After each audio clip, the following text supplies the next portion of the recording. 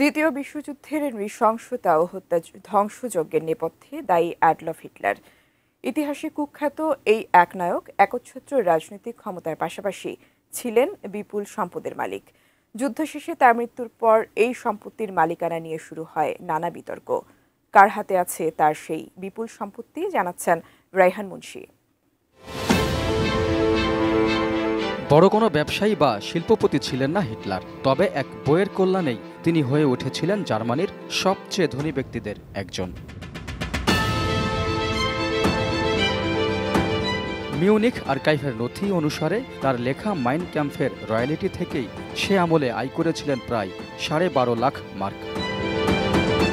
শুরুর দিকে খুব একটা বিক্রি না হলেও হিটলারের জনপ্রিয়তা বাড়ার সঙ্গে সঙ্গে বইটিও প্রচুর বিক্রি হতে থাকে।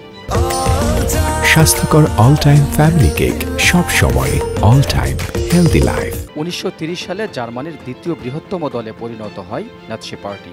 সে বছর মাইন ক্যাম্পের 50,000 কপি বিক্রি হয়। 1933 সালে এক বছরেই বিক্রি হয় 10 লাখ কপি।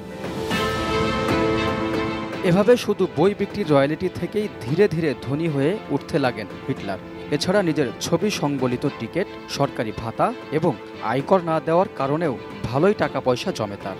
নগদ অর্থ ছাড়াও তার সম্পদের মধ্যে ছিল বাভারিয়ায় পাহাড়ি অঞ্চলে একটি প্রাসাদ, শিল্পকর্মের সংগ্রহ এবং জমিজমা। ইতিহাসবিদদের হিসাবে প্রায় 70 মিলিয়ন মার্কের সম্পত্তি ছিল হিটলারের, আজকের বাজারে যার মূল্য প্রায় 350 থেকে 400 মিলিয়ন মার্কিন ডলার। দ্বিতীয় বিশ্বযুদ্ধে পরাজয় নিশ্চিত জেনে 1945 সালের 30 এপ্রিল আত্মহত্যা করেন হিটলার। সরাসরি কোনো উত্তরাধিকারী না থাকায় নিজের সকল সম্পদ রাষ্ট্রের নামে উইল করে যান।